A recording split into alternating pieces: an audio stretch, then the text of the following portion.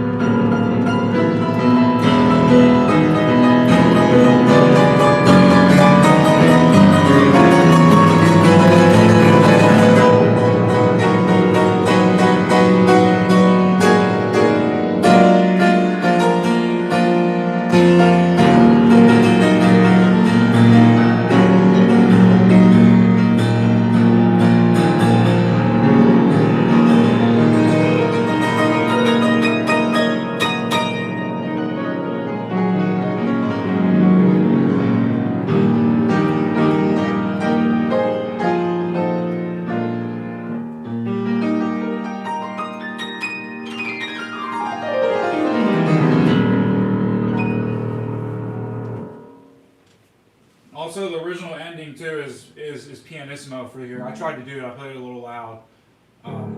It's really hard to do, but it's actually written triple pianissimo right here.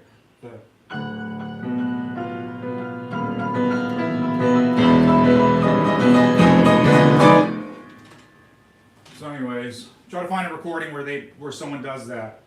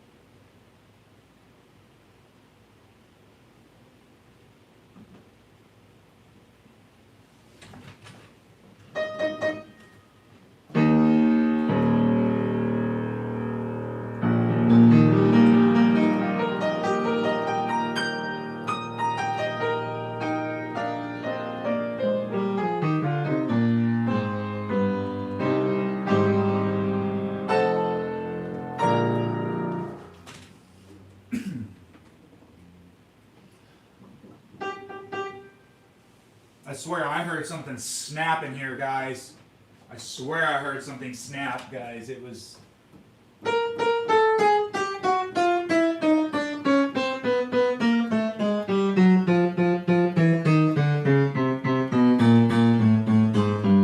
I'm gonna change my camera now, the angle for you guys.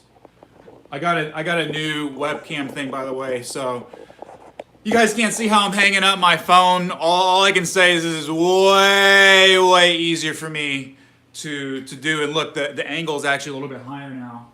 I just thought you guys would like, a lot of people like to see hands, so I thought I'd show some hands for a little bit. Because some people are like, really want to see hands, you know, or this, you know, if you guys don't see my shorts or whatever, like I usually put the phone right there, so that's close enough. But for my live streams, it's always been hanging up. And for me, personally, I prefer to see my whole body because, again, it's like I don't rewatch my whole live streams and stuff, but, you know, I do review just to see, you know, what was it I was doing and how did it sound, how did I look, you know, and that's what I'm saying. When you're just seeing the hands, you know, it may be detached because, you know, I'll just say there's a whole lot of stupid fucking channels that make a whole channel on not showing your face. I'm just saying, look, I showed my face since day one, since like whatever. So, anyways, that's what you want to do for your channel. That's cool. But I'm just saying, I want to see if I'm making grimacing faces too. You know, where do I grimace the most? And where do I grimace the least? So I think only a full body shows that. Just along with the postures of everything else too, your hands and stuff. If you guys don't remember, I recently changed my seat, and over the years, if you guys have followed me, it's been a huge thing that I have changed my seat a number of times. And by the way, I got this for free. It's obviously really beat up, but it's solid, is what I'm saying, and it's adjustable. And so I was like, whatever, I'm gonna take it. I have like 8 other benches and like 5 other chairs, which I normally use. But what I want to say is, as I've always been trying to like improve whatever, my touch, or my just even, you know, I'll just say, when I first started playing, I'm saying years ago, I sat super duper close to the piano, like so close to the piano. And I forgot who told me, but I fell off the bench. I was so close to the piano when I did something. I forgot what I was doing, but like I played something and I was just so close. The balance was just absolutely off, and I nearly fell off the chair. So anyways, so I've scooted it back. You know, I could have done better now or today or whatever. But I'm saying it's compared to like 20 years ago, the amount of distance that I have from my chair, from my sitting posture, wherever I'm sitting directly. It's like not sitting directly. I usually sit on the edge of the seat or near the middle, you know, and that's what I'm getting into, the reasons why and stuff is like there's been different pains of playing, and it moves and it changes, and I'm just saying the bench has a huge thing to do with it. So people that are very, or that just don't understand, I forgot I was watching something, and it was just one of those blooper things. I forget who it was, but they literally like it was a girl. She was like adjusting her chair before the performance for like 5 minutes, you know. And if you're gonna play one piece or something, or you're just walking in the store, that's alright. But if you're gonna sit down for an hour and play a recital, your seat needs to be the absolute correct height to begin with, or else it's gonna affect the rest of whatever you're trying to do.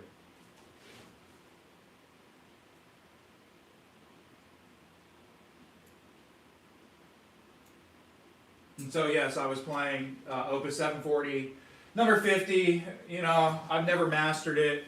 I'll just say, I mean, obviously you heard how it sounded now. So, but it's a piece I really, really like, and I want to make another recording of it. So that's kind of why I'm trying to work on it.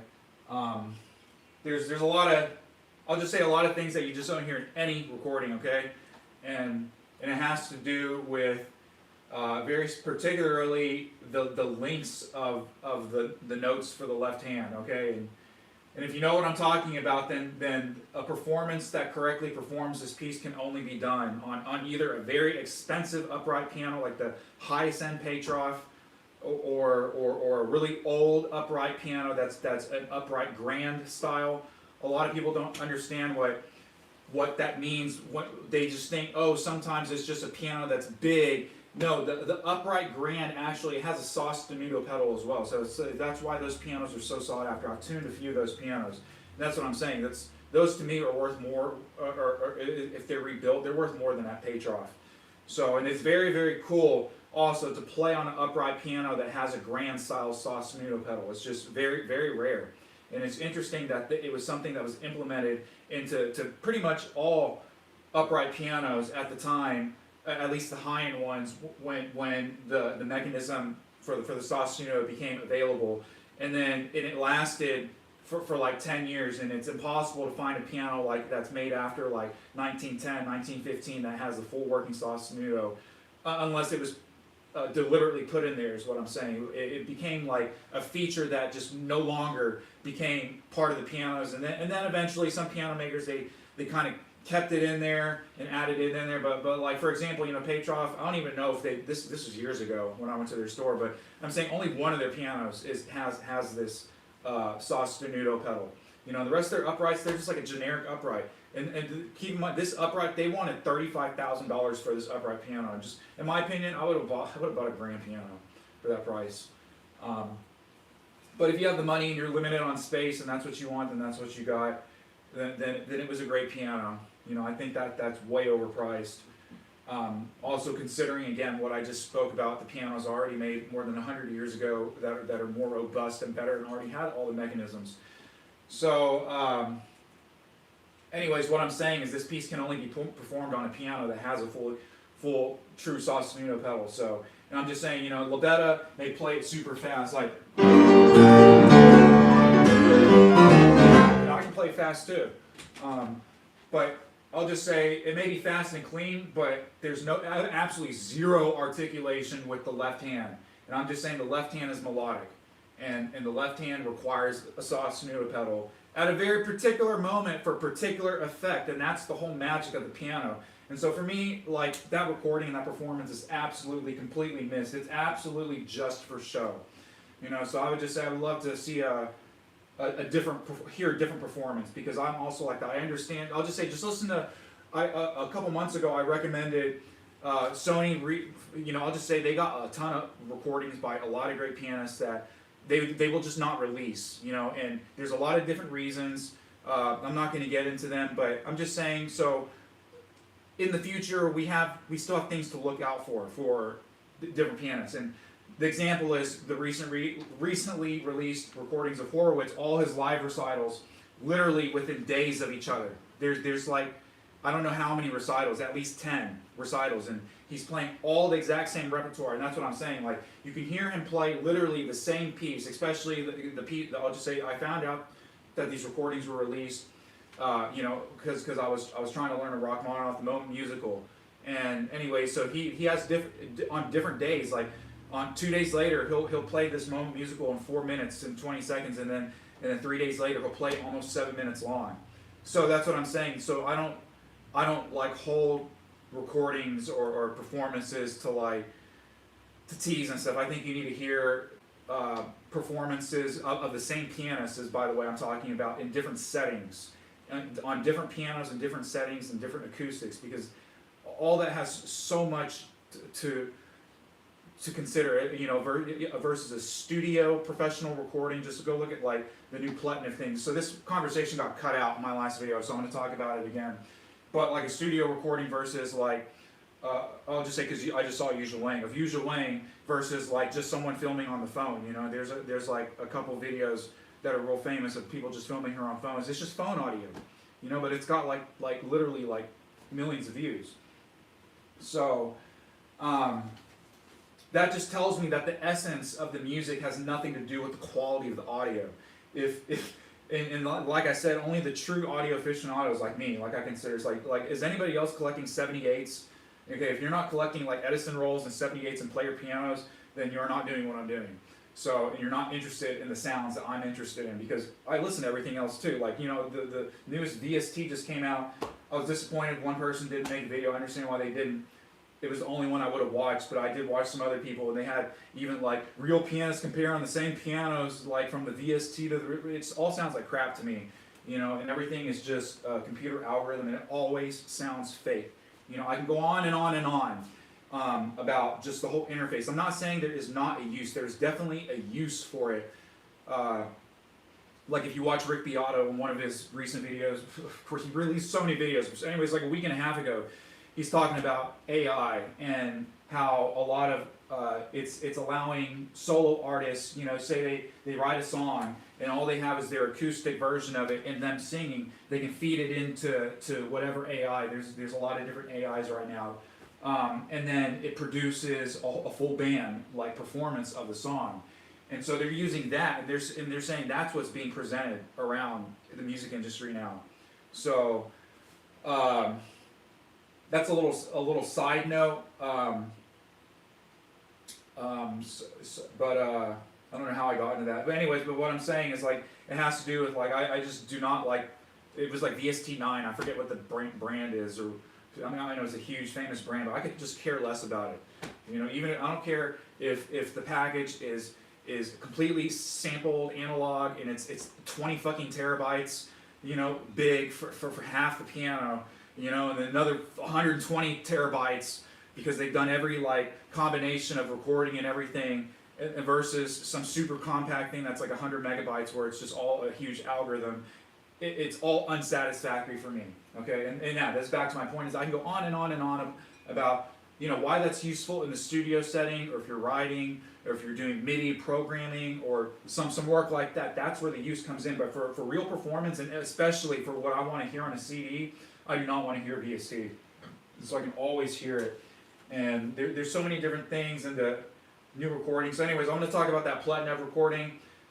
About it, it's all analog, it's interesting, whatever. I don't want to talk about the interpretation, but really just the return to the taping. And I thought it was a little bit corny, the video, but likewise on the same side of the coin, I like that it may seem corny, but it's to emphasize the way that tape and studio editing was done. It's like, he's playing that Chopin, like,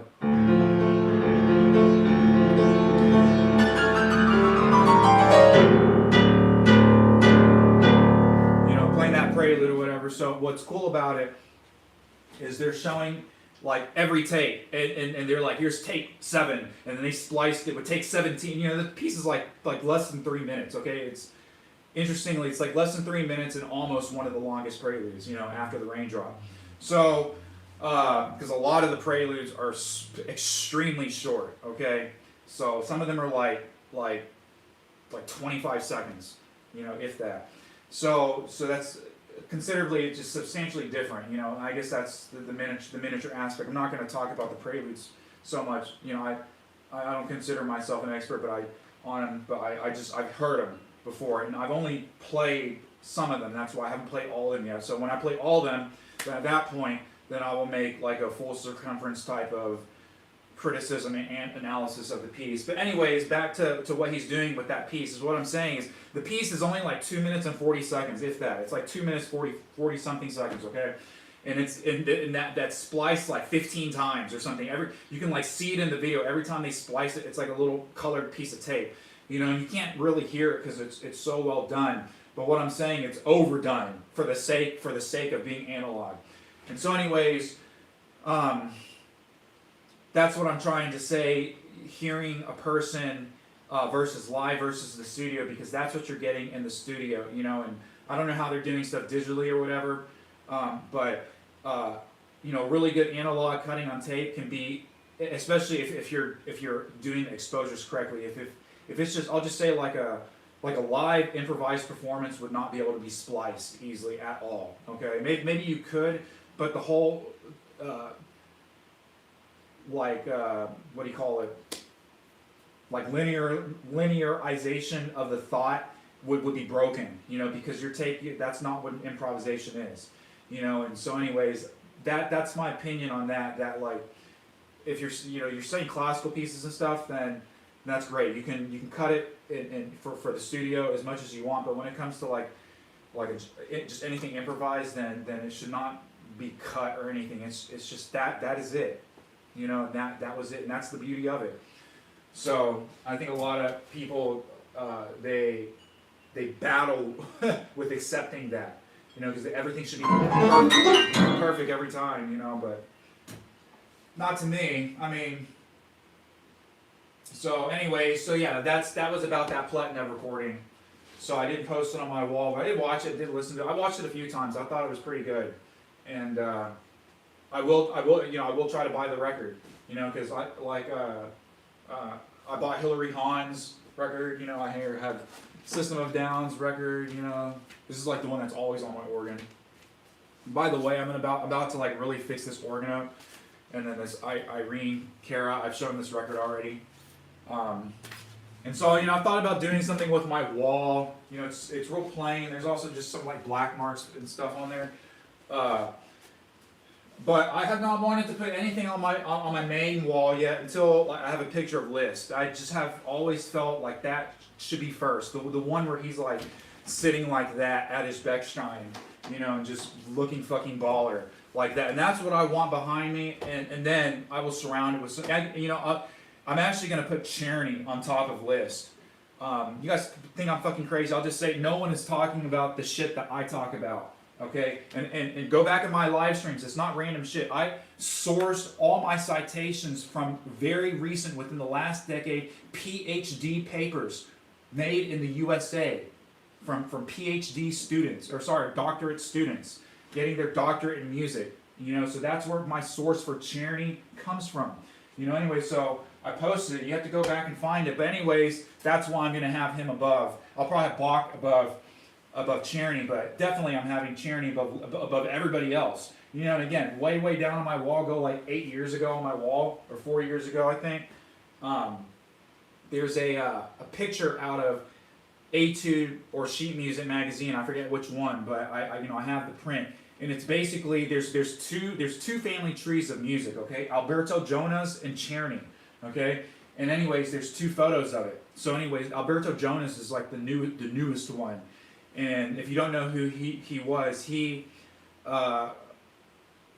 a composer and a pianist, and he wrote this huge book on piano technique. You know, you can check it out. And then not only that, he edited a lot of like really old Scarlatti type music stuff, I believe. But what I'm getting at is he wrote a book on technique. So that's kind of like the big important thing. So anyways, there's his school and then Czerny, and there's 2 pictures of it where you just see how everybody comes from Czerny except Bach, but everybody. Okay. And I'm just saying, they don't even mention Beethoven in there because Beethoven didn't do that kind of stuff. You know, that's the other thing. Anybody who loves Beethoven, has recorded all his sonatas, why would you not be an absolute fucking expert in his best friend? To me, that boggles my mind. That just like Alcon and Chopin, it's like you want to know more about Chopin or just the 2 sides of the music, of the duality of what was happening in the Parisian scene in the 1830s at the height of romantic music. You cannot ignore Alcon. Okay, you cannot ignore Saint-Saëns, stuff like that. You know, and again, I just read this other book during the Chopin competition, and again, explain, you know, all my stuff is essentially not, I'm just repeating what other people have said. You may think my thoughts are like, oh, drastic, oh, Eric, you're angry and stuff. Yeah, it may seem I'm angry, but I'm passionate because people don't know this, you know, and it's not that, it's like, I'm just saying this is what I've read, is what I'm saying. So I just don't know why other people aren't talking about the same stuff that I'm talking about, unless it's an absolute ignorant, like ignorance is bliss type of interest for you. And that's what it is. That's just plain and simple what it comes down to. If you're going to spend your whole life and record all the Beethoven sonatas like 5 times, I don't want to hear that. You know, 1 time was too much, you know? So anyways, that's my view on that, and I hope you guys see that I do over time. I play a lot of Czerny. People probably don't even know, except for just a few people, of the certain Czerny pieces which I am playing, or like the Alcon piece which I've been playing a couple of days. That was kind of hint because I said Alcon hat, but again, essentially there's no recording of it. There's like 3 MIDIs and 1 recording of it, and I'll just say. I like the MIDI.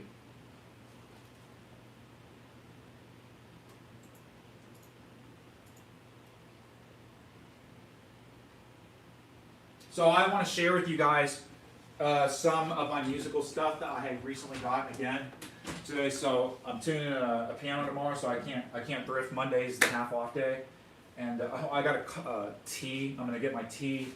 And I'm going to bring over this stuff. Oh yeah, I got something solid I'm about to show you guys. I picked up a bunch of stuff, okay? So it's going to be kind of a random lot, but I think it's interesting. I'm going to share it with you.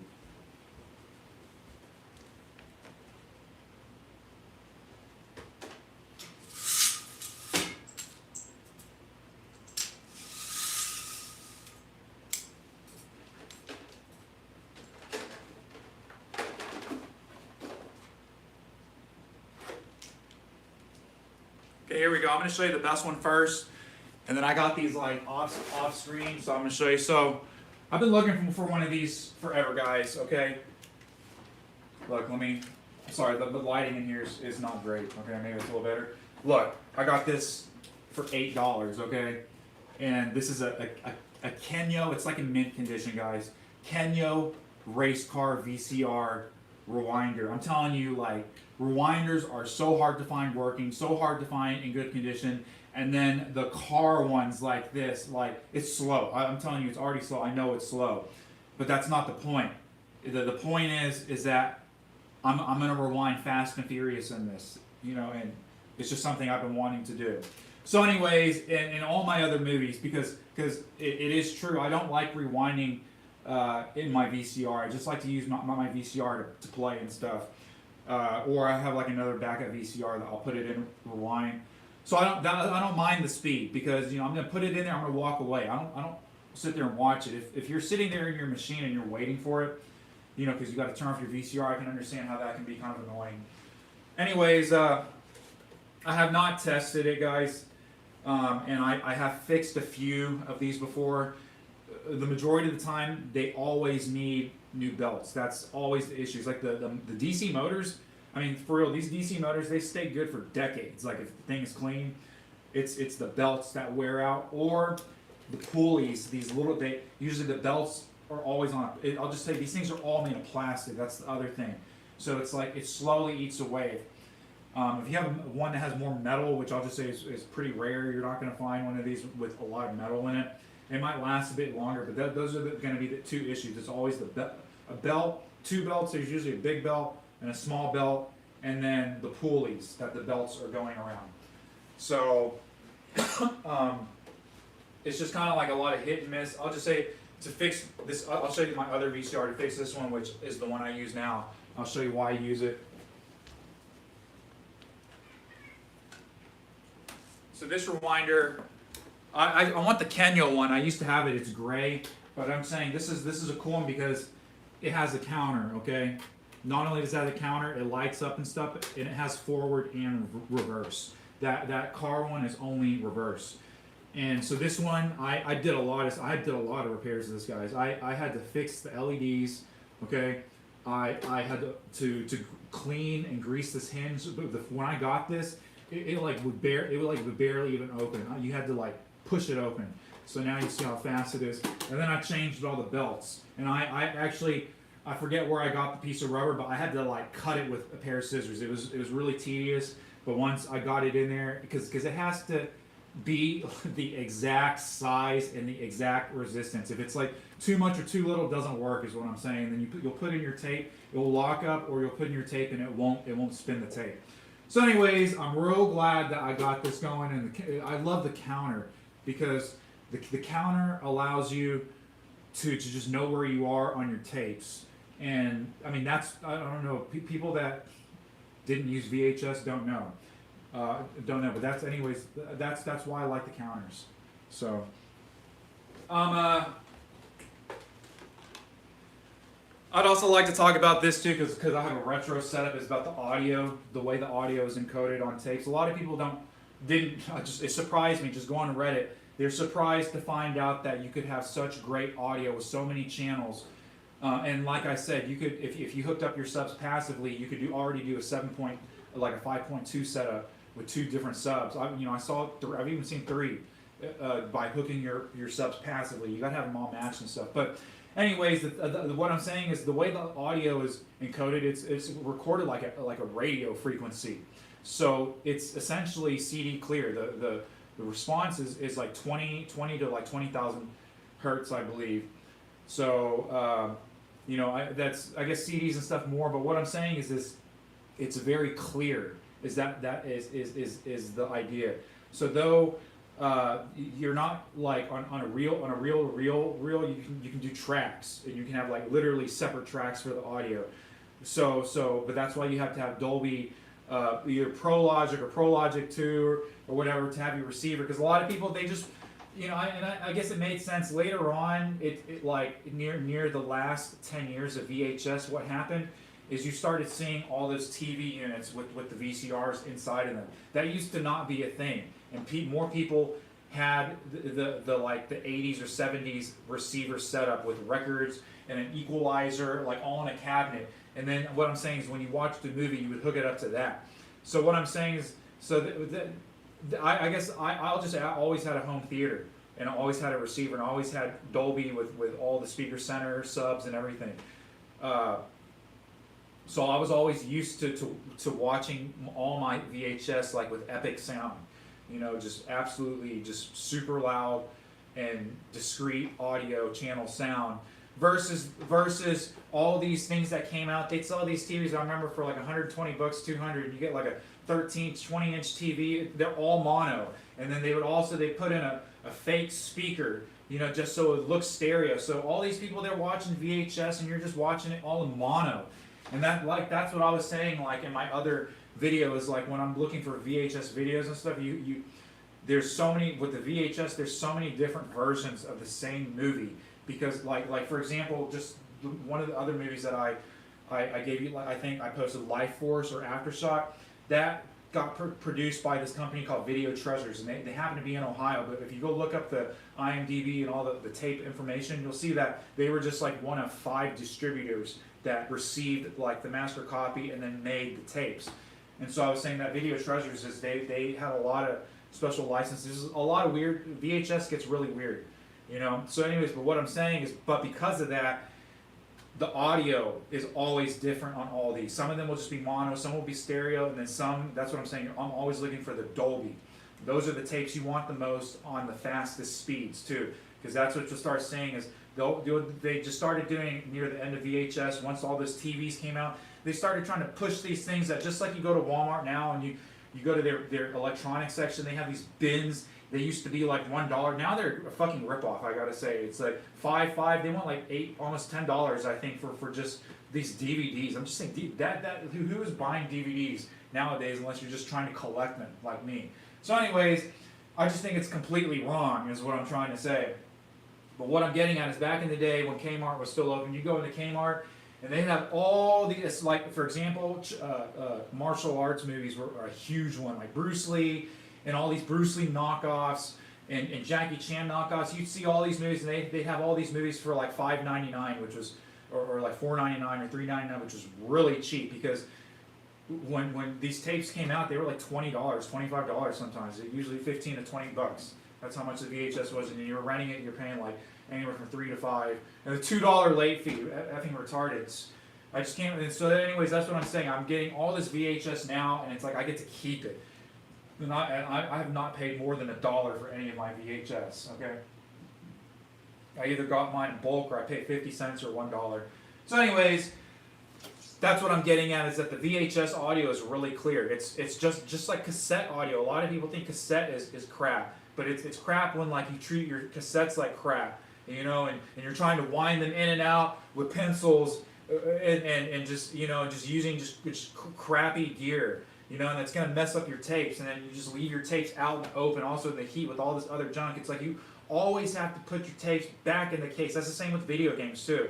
And that, I'm a big person like my N64 collection. When Blockbuster went out of business, I went to Blockbuster and I bought like 50 of their cases. They were just giving them away. I'm not lying. They were giving them that. At first they wanted like $2 or $3, and then like when you went into Blockbuster like the last week and they had nothing in the store, they had like expired popcorn, like a couple of those lemon children, those sour patch kids, and then like some more popcorn. They just had a lot of popcorn left, and like blank VHS. I remember that was something that they had. That was kind of interesting. Anyways, so they were just giving away those cases, and so I went and took like 50 of them. That's what I'm saying. I put all my N64 games with their booklets, because those cases were so. I'm saying you cannot buy cases like this anymore.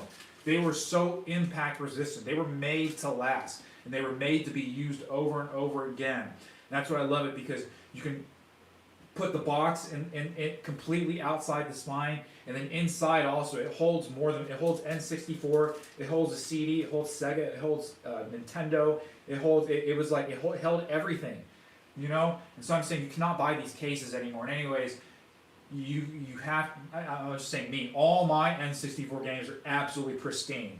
They smell new.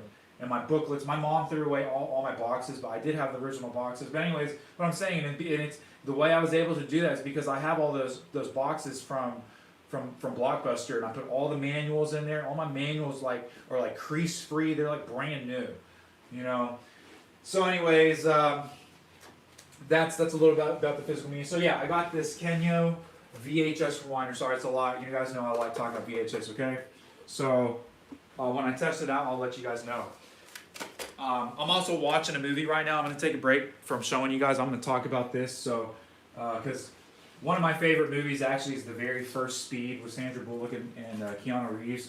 I've seen that movie on VHS over 1,000 times.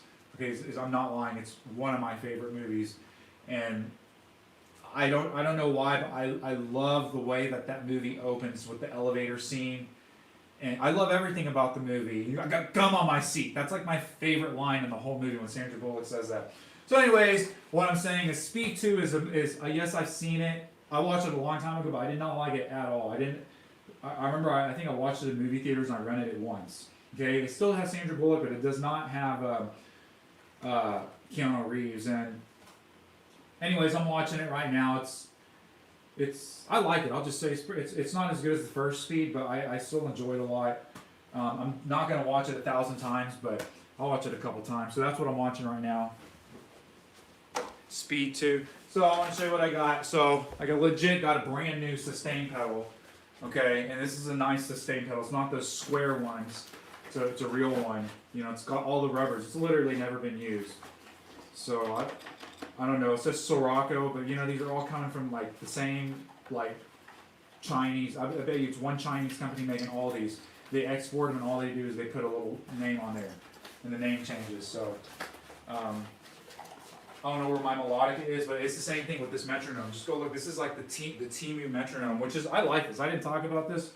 This is cool. I thrifted this. I got this for like $3. Okay, and it's really cool. I'll just say what I like about it is that you can do subdivisions with it. You can do 2, 3, and 6. So here's 6. Oh, that's off. Sorry.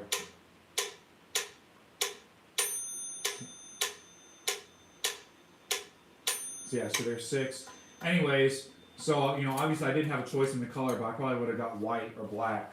But nevertheless, I've actually used this metronome, and it takes 18 and a half winds to do the whole thing, and the length that it'll last depends on your tempo. Obviously, if you're doing a really fast tempo, it goes really fast. Like it's like 7 or 10 minutes, but if you're going slow, it lasts a long time. But that's why I like it, because you know, I can just change I'll just say on average it lasts me like 10 minutes for those 18 and a half things. So it's really good to use as like as a timer that's not timed. And so anyways, but what I'm saying about that is if you go look at that on Amazon and stuff, you'll see that same exact metronome like comes in different colors, and they just change the name. The name changes. So I got this really nice. I think this is a monster HDMI cable. No joke. This is a 20-foot HDMI cable, monster. Okay, I paid $3 for it. Okay, just go look at how expensive a monster HDMI cable, especially a long one, is. Okay. So, and like I didn't talk about, but I've always been able to do a dual monitor setup. I think, I don't know, once I get some other stuff organized, I'm gonna do a dual monitor setup here on my computer. And also, I didn't show you guys, but like, I did finally manage to clean my garage all last night. It took a long time. I was freezing my butt off because I was saying my garage is partially insulated. Okay, it's all closed off everywhere, but it's partially insulated. I'll just say it's got a lot of holes. Okay, it's not new by any means. It needs a lot of repair. Okay, by the way, I'll just say anybody wanting to come help me with my garage and just to video it and put it on YouTube, man, and help me out. Okay, great. I will take your help. But anyways, it's not a big job. It just needs like new siding and stuff. And that's what I'm saying. That if I were to have new siding, it would stop all the air gaps and stuff.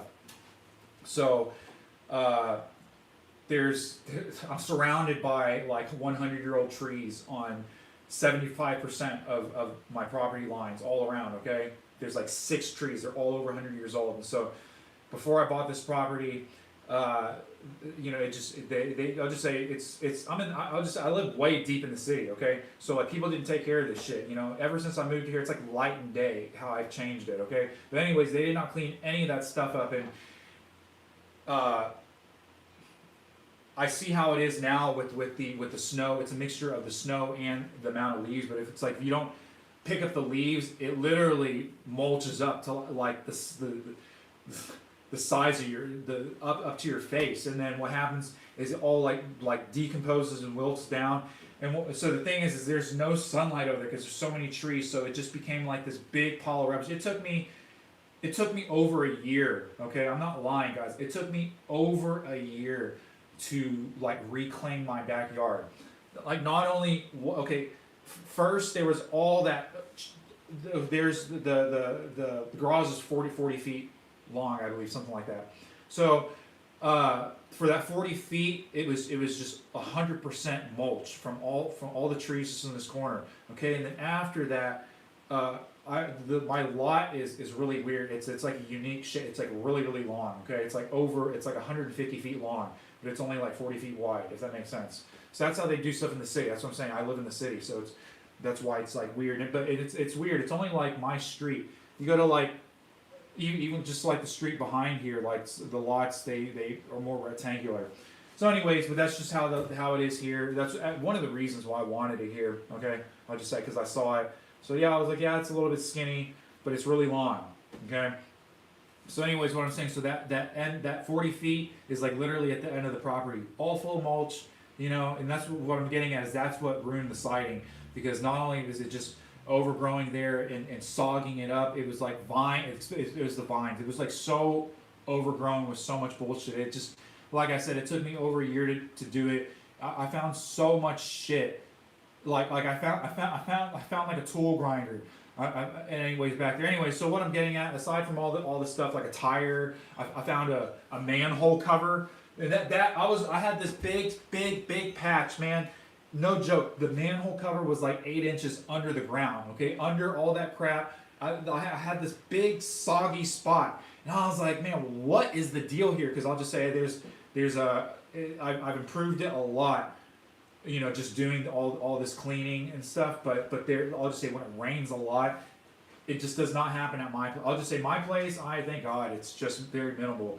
But like if you go even like 6 miles more south, I don't know why it's like that, but it is more south than like when it rains, like literally the Walmart and the Sam's I go to, the cars like start moving in the parking lot. And I'm not lying, like the infrastructure here cannot take the increase with the population with surges of rain. So what I'm getting at is, so after all that and before my house, because my house is obviously it's at the very front of my lot, like it's over 100 feet. There's like another 50 feet of like yard, okay, and it was not yard, it was bamboo, okay. And I didn't post a video of this, but I was finally able to get the last part of this ice off my driveway. Okay, I am a stickler. I do not like snow or ice on my driveway, and it's like anybody that knows that you have to get rid of that stuff right away. It's like you let that stuff stay a day, man, it's just solid ice. It's like good luck getting that without having it like what I'm saying. What's gonna get that is you're gonna have to have like a really heavy duty thing that's like essentially gonna mess up your driveway, and that's what I'm trying to prevent. Is because I just resealed my driveway. That's the things with the asphalt, is I noticed from the snow, not just from the expanding, it's actually from the shoveling of the snow, like wears down the coating of the asphalt. You see it everywhere. So anyways, what I'm saying is that's at an absolute minimum. If you can I just use a broom is what I'm saying, is if you're able to be here. Anyways, I wasn't here is what I was saying. If you guys saw, I was traveling. And so it's like the snow was here for like a week, and that's what I'm saying. It took me a week and a half to get rid of that ice. Okay, that shit is like extremely. It's a health concern. Okay, because I walk this path, to and from my garage up into especially my deck, is what I'm saying. That and my deck is still right now like 30% frozen. I have like a walkway that's cleared, but it's working. It's getting. I had to remove everything off my off the deck. So anyways, it's getting there. And let's go on to my next item. Okay. So I got the HDMI cable. Then here, I'll open this up. So this is still cheap. It's not necessarily expensive or resellable. You can find this, I think, for free shipping for $20 right now. But it's a Kodak. I paid $7. It's missing the case, but a lot of these things, it's hard to tell what the thrift store does with it. Sometimes they keep the case, and sometimes they just throw it away and put it in a bag like this. So the case was probably really messed up, but it's a wind up Fun Saver Brownie camera. You can look it up. Brownie top here. I'll bring it closer. Brownie. And I like it. You can do, these are like the exposures. You can change the I guess the speeds of the shutter. I did see you can also put on a lens to zoom a little bit, and I didn't even open it up, but I believe it records something like 20 or 30 seconds of video. So I do plan on using it. My phone just went out of batteries. Using it. I'm going to open it up right now real quick and see if there's film. I doubt there's film in there. But I did use it in the store, and I saw that because it's working. That was the big thing. So many cameras, I'll just say, like Polaroid cameras. So Polaroid cameras, I'm talking about those instant ones, maybe nice, and I'll just say go to Walmart, Target. You're gonna pay at least $100 for those. And then those cartridges for 8 photos, it's like $50. I'm not lying. 8 photos is it's so expensive for the Polaroids, and I just remember that stuff used to be so cheap back then. I remember they used to be clearancing those Polaroids out like for $1, and you could get like a whole box, and now this thing is so what I'm saying is to me the most iconic Polaroids are the one that have the batteries in the pack, and that's what I'm saying. So these Polaroids that are in the store that they have, you can't test them because unless you have an active battery pack, which they never have. So you're just buying it, and I bought one, and luckily it worked. Before I change to show you that camera, this is another camera I have too. I love old shit, guys. So anyways, but this is a Pocket Minolta. It's not like expensive or anything, but the flash works. It completely works. And anyways, I love these because this film cartridge was like the easiest one. I loved it because you didn't have to like worry about like pulling the tape or anything. You could just like plop it in and it worked. And so I love this camera, this Minolta. So I'll probably be doing some stuff with this too later on. You know, nothing serious. But anyway, so here's the Brownie cam, and it has a little wind up right here. So I do hear stuff moving. Anyways, it has a button, I believe, and it just instantly goes. Is I believe how it works. Where's the button? I pressed it in the store. Let's see if let me find it. So it looks like here I can change the light aperture size. It's a little dusty, okay? It definitely needs the screen's a little bit scratched, like lightly scratched, but it needs a cleaning most of all. There's also a piece of tape on the very edge of it. You can't see. Okay, yeah. So the button's right here. So listen. So anyway, so I'm definitely gonna do some stuff with this, and you know, what if there is film in here? I don't want. That's the thing is I don't want to open it up and just like ruin it. So, you know, later on my plan. I'll show you guys. I'll do with you guys. That's cool. So if you saw, there's a little hole here for the wind up. You know, I love this stuff that's completely battery free too. Okay, yeah, this Minolta runs on a battery.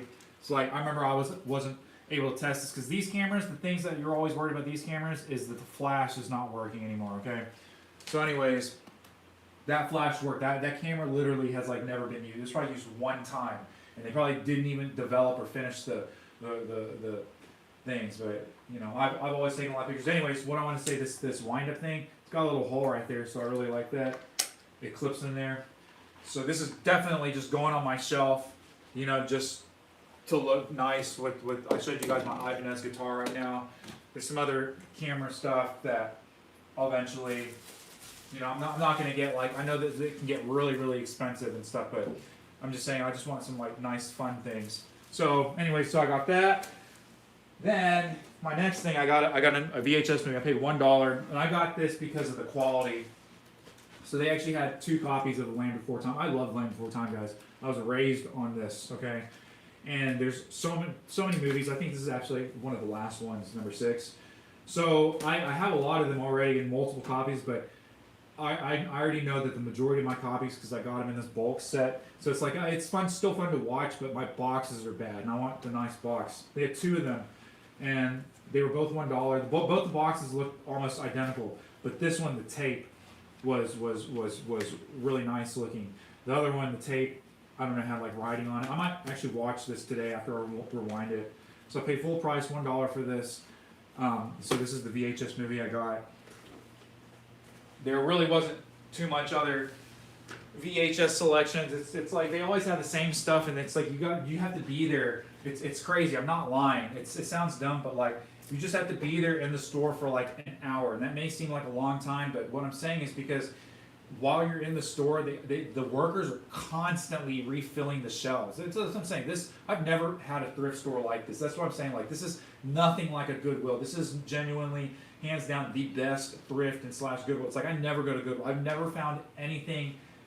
Oh, okay. I found my shelf, which it holds some of my VHS. It's not in this room.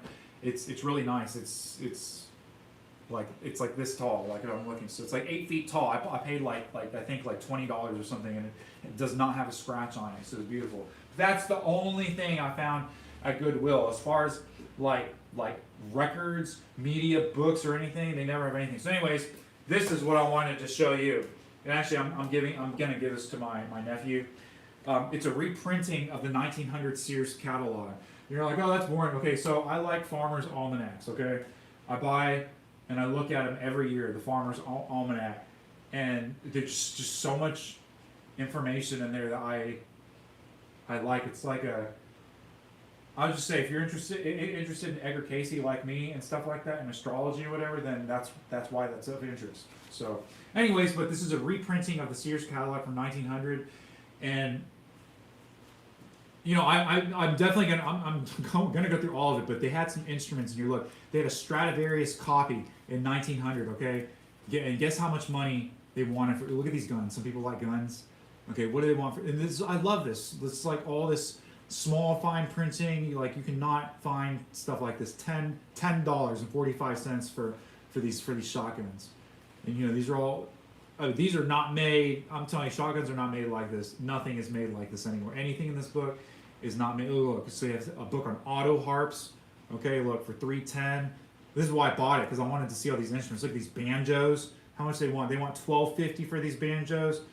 Hold on, you guys. I gotta get the light. My eyes are really bad, by the way, now since I'm older. First, I'm almost legally blind. Yes, I'm wearing contacts, but it's like I'm just older. Okay, and at night my have bad eyes. It runs in my family. Okay, so I want to tell you. So the cheapest banjo they have here, they want $660. This is the cheapest one right here, $660. So they get more expensive in these down here.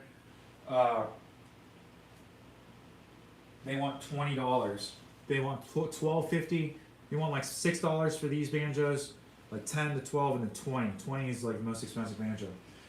And look at the guitars and lutes. $4 for a mandolin. Oh my God, look at that. $3.60 for a guitar. What brand is this? Roebuck and Company. Okay, well, I'd have to like really read I'll tell you, the print is super fine. Okay, this is what I was talking about. The Stradivarius, genuine I'm gonna post this on my wall. Okay, so or probably a lot of these, so you guys can see them more in higher quality. But I thought this was cool. Stradivarius model copy for $7.85. And oh, so by the way, they had a violin there too. It was a piece of crap. I'll just say I bought a green like beginner's violin off eBay for $40 plus free shipping, and that was better than what they have in there. Okay, here I'm definitely gonna show this too. Let me see who's anybody chilling in my chat. Sorry, I can't see, my phone went out of batteries, and then my computer, my screen keeps going on sleep. Okay, great. I have one person watching. So anyways, this here, look, they got some pianos. They want $100. Look, the piano's the most expensive thing. Upright, parlor grand, $1 down. Imagine that, guys, $1 down. You know, I always love the descriptions too for all the instruments and just anything in here. Look, here's the gramophone. Obviously, you see why I enjoy this stuff, because I collect this stuff. So anyways, yeah, I'm definitely gonna have fun with this book right here, and I don't know, I might look for another copy, because because I want to keep it for myself rather than give it to my nephew. But either way, I'm going to get him a copy. So lastly, guys, I paid $3, and this is for going in my garage, okay? I got a CD rack, and this can be put on the wall. I don't know how many holds. I imagine, I'm going to guess this is something like almost 20, so it holds 60 probably, 60 CDs, maybe a little less than that. But you guys didn't see, I rearranged my garage so I'm almost done with it to where I can move my car in there, because one, I don't need to take my lawnmower out anywhere. It's like a big thing, you know. I guess now I found out, one, living up here and also having to do house maintenance stuff, but it's like just not only with my clothes but all the outdoor stuff. It's like I have to like prepare my garage for winter, and then also prepare, I'll just say summer's way easier because you can just take everything out and leave it. What I'm saying, but to prepare the garage for winters is a huge job. It's like I have to clean everything up. Like I'll just tell you, I had bought like 40 pounds of grass seed. I paid so much money for this shit, guys. Now grass seed is fucking expensive, okay? Like I'm not lying. I paid like $100 for this grass. I had like 40 pounds, okay? And now I know, okay? But mice, they ate the grass seed. Now, at first I thought it was termites because all the husks, it looked like shredded termites, and termites is an issue up here. I think this house had a termite problem in the past, but it was dealt with, and every year I see it. There's like one or 2 weeks where you see the termites. They look just like ants, but they are a little bit different. Anyways, so I got my whole garage clean. You know, I want to be able to watch movies in there. I just bought a big TV for it too. I'll show you this TV I got for $25, 32-inch HDMI insignia. It has the remote. It's cool. It's whatever. It's for my garage, and so $25. I'm happy. I'm putting that bitch on my wall. Putting this on the wall. Putting some CDs in there. Putting a receiver out there, and I'm gonna have surround sound in my garage as well. Okay, so I can watch movies while I'm practicing on the piano in there. I can use this new stand, which you guys can't see, that I'm holding my. I hope you guys see that the angle's a lot higher. Look, I can even make this go out a little more higher, like that. But I guess while I'm standing, I'll keep it like it kind of it only goes there and here, so that's why I have it there. Those are the only positions. So that's that. This series. Let me see what other stuff. I showed you guys this unsealed Ozzy live from 1991 tape, and then the Chipmunks Christmas. My Christmas is not a Christmas without chipmunks. That's what I like. You know, Charlie Brown's cool. I like it. You know.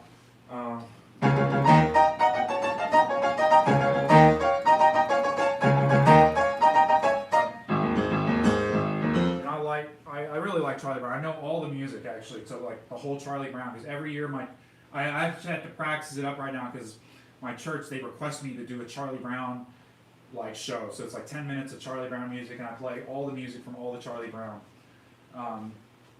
which is really, really hard, by the way. Okay, because it's like really, it's just straight up. Like I'll just say even this song. You know, I posted like my last video is for release. Okay, my channel is not a joke. Okay, so I don't know how many times I have to say this, but for release really is, as cliche as that sounds, is one of the pieces that I heard that made me want to play piano. And then later on, I'm saying that one of the next pieces was actually the Peanuts. You know, but anyways, it was just so hard. I just remember how hard it was, like the learning curve to learn that. And then, you know, then it goes into like a jazzy part.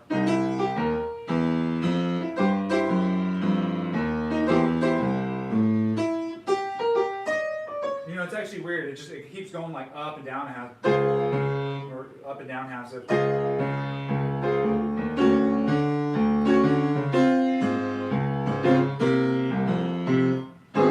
You know, that's what I'm saying. Like none of all the chords are related to each other. This is what I'm saying. This is what makes the piece so unique. At least my approach of this piece. One, okay, is the beginning. The next chord after that, it goes to B major.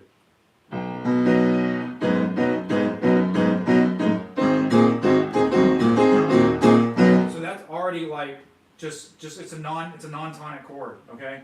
So that's weird. And then the fact that it goes into this, it's not, it sounds like blues, but it's not. It's like I said, I mean, I guess it's blues on one chord, on just that C chord, you know, going like. You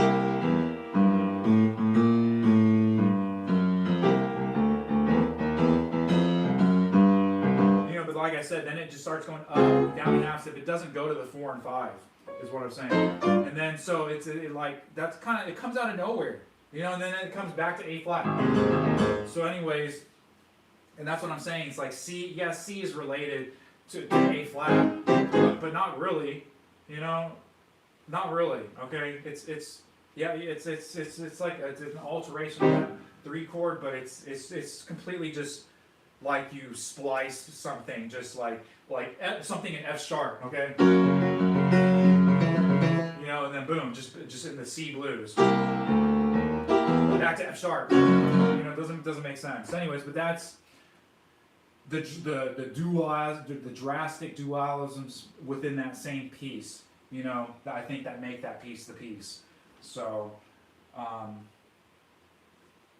anyway, so yeah, so that's a little bit about Charlie Brown. Let me see what other stuff I want to show you guys. So I want to show you these other books I got. Okay, so I got all these other books. I didn't post it yet. But it's an Edgar Casey book, and so by the way, there's over 300 books written by separate authors on Edgar Casey. Okay, and it's just a interest of me. So I'm trying to read a lot of books. I've read 3 of them by him, and so I'm currently reading this new one. I didn't post it. It's really cool. But in this same section, like I bought all these books the same day. I paid full price for these. They wanted $1.50 for all these books. Some of the books they want a lot of money, but these books they all want $1.50. So one, this is unrelated, but it was there. I got Star Trek, the Prince of the Phoenix. This copy is like literally mint condition. So, but this book's only worth like $5 or $6. But I love it that it's just mint condition and new. Now with the rest of the Edgar Casey stuff, they had all this like mystic stuff. So I got this Mysteries of the Stonehenge book. Okay. Some Mysteries of Stonehenge. I think everybody knows what Stonehenge is, and so that book talks about that. This is William Prescott, The Conquest of Mexico. This is interesting. It's like it's true history presented in a story, a fictional story. So, and it's about Cortez and the conquistadors. You know, so I'm looking forward to reading this. Now, this was the rest of the stuff that was with my Edgar Casey book. This Zecharia Sitchin, these 2 books by Zecharia Sitchin, I guess. So one is The Cosmic Code, okay? And this is pretty cool, $150. And these books are brand new. It's like someone just got these books and on it really just never read them. You know, they're like, oh, okay, I just want to put them on my shelf. I mean, same with me. Put them on my shelf to represent my interests. So anyways, The Architects of Stonehenge. So that's kind of interesting to read. It have these two Stonehenge books together, you know, and then you can really start comparing facts and opinions. And that's what I'm trying to say. That's exactly what I do with Czerny. Okay, I'm not crazy. You know, are the Chinese to blame for the communization of Czerny's music? Yes or no? It's a yes or no question. You know. That's all I've been asking. No one has answered yes or no of their opinion. They're asked like, what do you want? Are you crazy? I'm like, no, I read PhD papers from PhD students writing this and including this information in their papers, which all their professors are reading, like at UNT and Baylor University, where I got this information from. So here's another book. It's actually been sitting over here for a long time. Okay, I'm pointing to it right now. Now this book's actually pretty expensive. It's like $20 or $40. I'll say my copy, $80. I want $80 for my copy. Okay, because my copy is that clean. I'm just saying, go look at this book on the internet. Okay, and no copy is like mine. Okay, The Dirty Song Book. Okay, by Jerry Silverman, and that's all it is. Okay. And I was like, man, with the Dirty Song Book, And I opened it up, and like the first song I saw was something about farts, and I just thought it was funny, and it had like so many. Anyway, so I'll just show you. So it's just all these songs. Let me see. You see what one of them sounds like.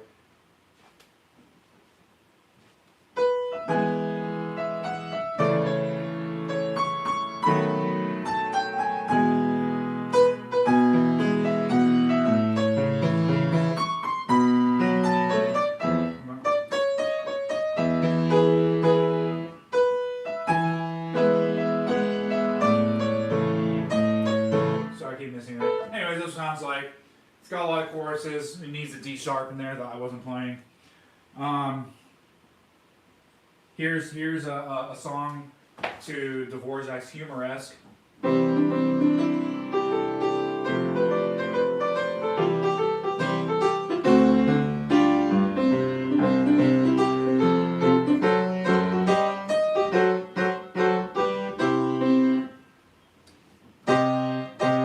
So now, since I'm singing the chorus of this song, that's what makes this song so jazzy. I'm telling you, that's probably why Art Tatum wanted to do it. It's because whatever key you're playing it in, you're hearing the root or the tonic in this minor, which gives you a bluesy feel. Before going to the tritone, 5-1. So it's like.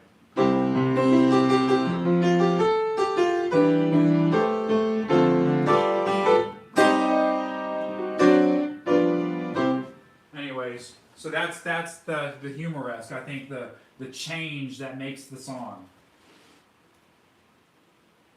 So anyways, yeah, you hear it. It's just here's a song, Fuck 'Em All, U.S. Marine version. What does it sound like? Oh, this is the U.S. Marine hymn. So I turned down a lot of books, 5 books. They would have been like this thick. They wanted $5 for each book. And I was just like, look, even if I get one free, so I would have gotten one free. If you buy 4 books, you get one free. But I'll just say, thrifting wise, for me to pay $20 for those books. So I took a picture of the books, and I was like, I'll get them later, because one, they were all vocal. I wanted these books because they were vocal Broadway books that would get me more familiar with the standards that most male singers would know. So anyways, I know a lot, I'll just say I know a lot of them, some of them, but to have them all in the collection there was very nice. But I did not want to pay $20 for all those books. And so they were missing a volume. It was like this Broadway for low baritone, or whatever. It was all low baritone or something like that. That's what I'm trying to say, dude. You never find any stuff like this at a Goodwill. Only here. And I'm just saying, and it's because we got a lot of like old houses and history here. So that's what I'm saying. Like down in Texas, like the Goodwills like are ass. Like they sell nothing. It's like the best thing you're gonna get out of Goodwill in Texas is like a sweaty shirt with sweat stains on it. You know, I'm not lying. So, and that's the same thing with the Goodwill up here. It's a little bit better, but again, I've never found anything at any Goodwill here, even in the nicest areas, like 30 miles away. I that shelf that I was talking about earlier, I got that tuning the piano like way far away, and they just happen to have this Goodwill there. I was like, well, I'm here. I might as well go check it out. And so they had that shelf, $20 or whatever, and I was like, let me get it. So here we go.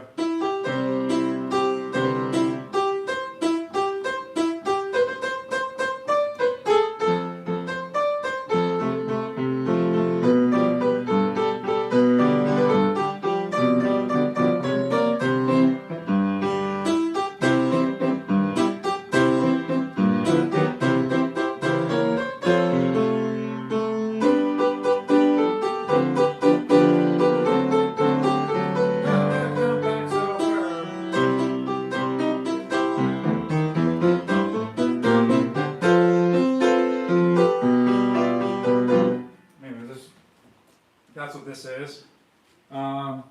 Here it is. This is the song that I saw in the store. The Farting Contest. So let's hear what it sounds like.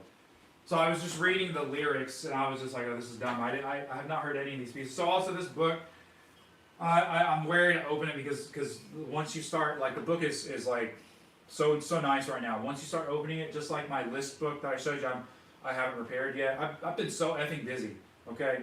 And I got invited. I feel so terrible. Like two of my friends are having this choir performance today. It was at 4 p.m. and I was like, look, I haven't even eaten yet. It's like, so whatever. And I'm all busy tomorrow too. So anyways, this is what this farting contest sounds like. Anyways, yeah, I feel bad. I missed the performance. You know, I would have gone if I wasn't so busy.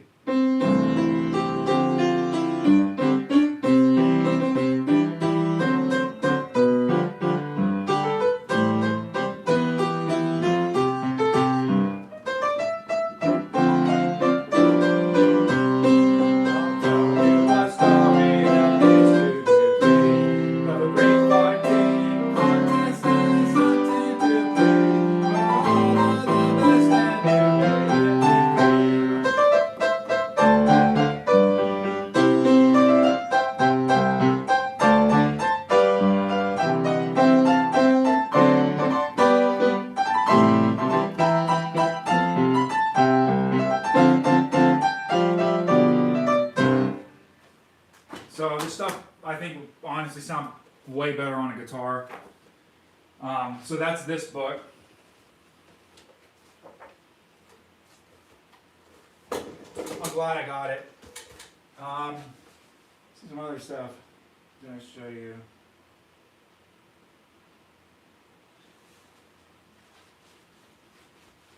So that's it. I think that's it for now. How long have I been streaming? So I cut my streams shorter now, guys. And it's not because I don't want to stream, but it's because every time I play music, or I'm telling you, even if I'm on my phone and I'm playing something in my basement, this thing will pick it up and then I get a copyright strike. And it's like I lose all my monetization for the whole video. And I got to cut out stuff. So I don't know. If I stream a different way, I can mute the mic, and then that completely solves the problem. But I'm just saying, I'm streaming on a phone right now. It's just easiest to stream on the phone.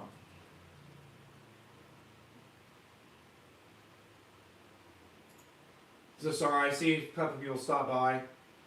Thanks for stopping by.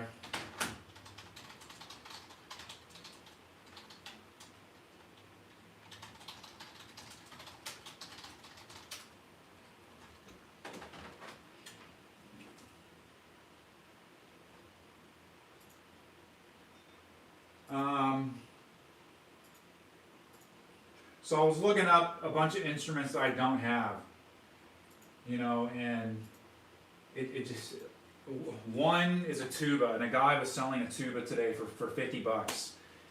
And I didn't get it because I want a tuba with a case, okay, so. But it would have been a deal. I just did not want it. Like I said, with the video games, it's like, look, I have an oboe and clarinet and stuff. Do you ever see my oboe is always in the case? Okay, same with the clarinet's always in the case. You know, my video games always in the case. So, anyways, but I've been wanting a marimba and a set of crotales. And like the crotales, I'm more familiar with them because if you're in band, you use them a lot in band. But I'd say more in orchestral music. It's still found, but it's in general, it's got to be some more modern type or lighter type of music. You're never gonna hear crotales and like Beethoven, Mozart, or even Liszt or anything like that ever. So, anyways, what I'm saying, but in band music, you hear crotales all the time, and they're just super expensive, man. You know, and the reason is because, again, I recently heard this Ligeti concerto, which I can talk forever. I'll just say I heard the absolutely best performance of Ligeti concerto ever. Yuja Wang with the Cleveland Orchestra. I listened to every other performance now. I'll just say it's the first time I was unfamiliar with this concerto, absolutely unfamiliar with this concerto. I understand that, I'll just say now I understand that since I've been introduced to it, that it was written in the late 80s. And it's been performed a number of times and stuff, and that what I'm getting at is that a sheet music video of it has been available for a long time. I'm not quite sure why it's never made it into my rounds of videos. I mean, there's a lot of stuff to watch and listen. You know, you can't know it all. So, anyways, it was a new work, and anyways, I liked it that it was a new work because then I got to kind of like hear a completely like first impression performance, man. And it was just over the top. I'm going to talk about it in another stream, but the Ligeti concerto, it used crotales in there. He used a lot of weird instruments. I'll just say a lot of weird instruments. He used the crotales. He used the chromatic harmonica. He used a flexitone. There were slide whistles. There was an Acme slide whistle. There was a Guerrero. There was wood blocks. Again, I can talk about this concerto for a while now since I'm more familiar with it. But I'm going to save it for another stream. But anyways, just hearing those crotales in there was just kind of interesting. I just did not expect that because I immediately heard that and I thought I was in band. You know, and I think that's maybe an issue that people have with just the whole arrangement, orchestration of his piece is that I guess you can call it a very modern orchestra, but if you don't like band music or wind symphonies and wind symphonic music, then you're not gonna like that. Your ear would have never heard it. Is all I'm trying to say. It would never have heard it. You would only have heard that stuff from listening to band music.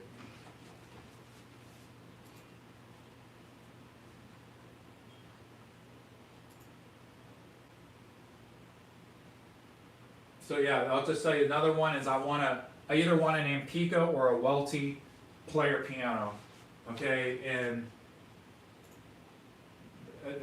that's just an instrument I want. I want a grand too, the grand player where the scrolls come out like that. I want the upright player too, but just for the nature of the music that I want to listen to, that's why I think there's still a lot of fun music, especially like word scrolls, you know, where you're reading the stuff, but essentially all the music that I want to hear are just like piano roll recordings.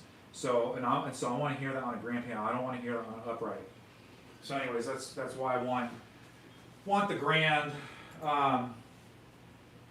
Really, I want a Mason and Hamlin player piano, and so it's either like I have to have a lot of money to get that, or I'm going to have to be constantly on the lookout for when one becomes available.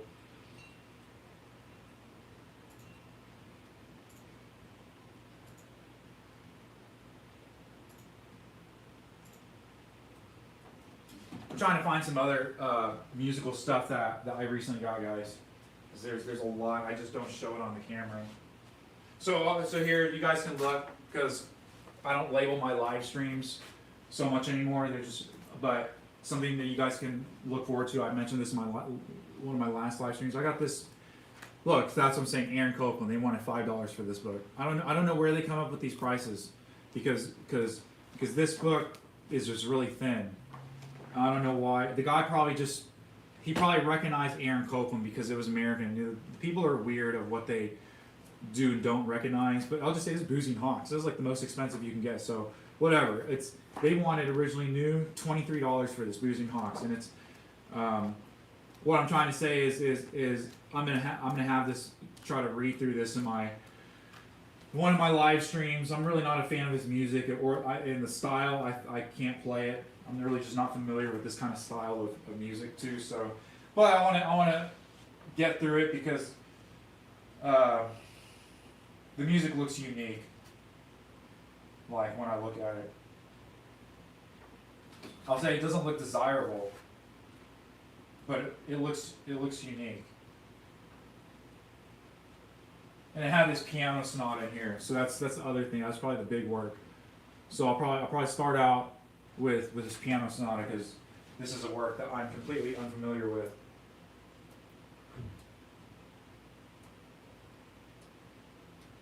And so there's a real famous video too of Aaron Copland playing, I think, part of his piano concerto. It's black and white, and you know I just watched it for the first time very recently, and I thought the music sounded terrible.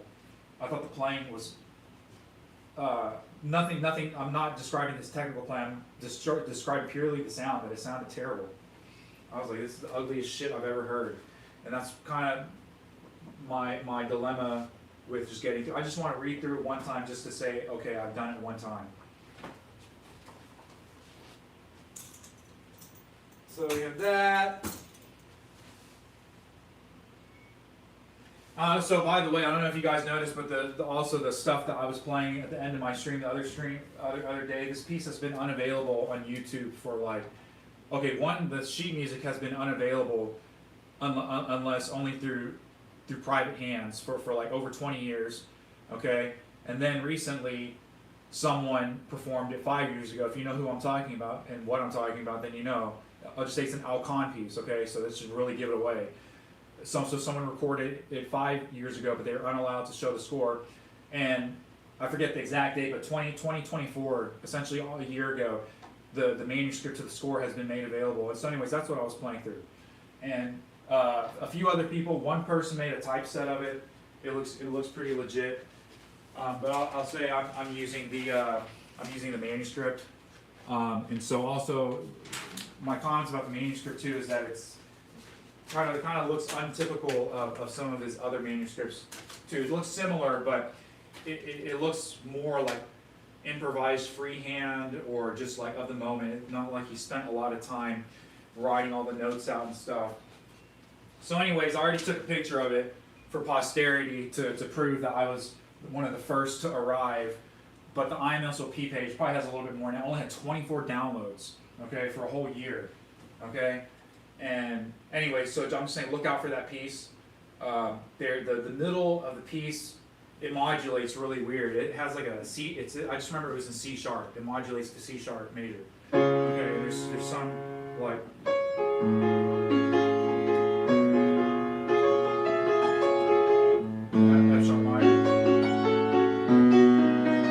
something like that, and but the modulation's really weird, and the rhythm also stops, and is I don't know. When I listened to the recording, it sounded correct, but when I was playing it, it sounded just wrong. So that's what I'm saying. I have to really work on figuring out how that part can sound, not should sound, but can sound.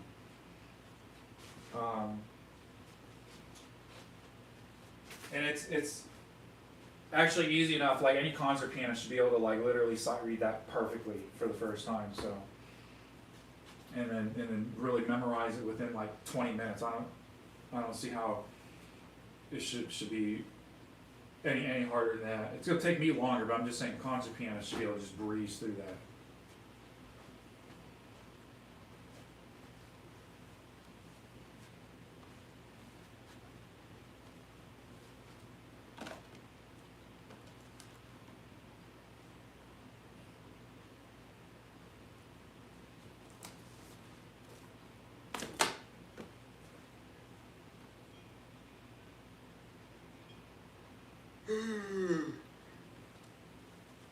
Alright, that's it for now, guys. So, I hope you enjoyed the Sunday evening. I'm going to log off. I got to eat.